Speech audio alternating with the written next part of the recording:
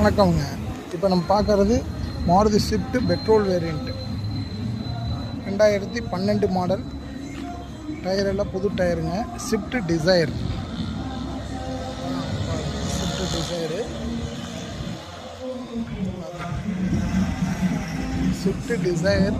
Petrol variant. Tiruppur Mangalam road, Kumaran college near opposite NR cars.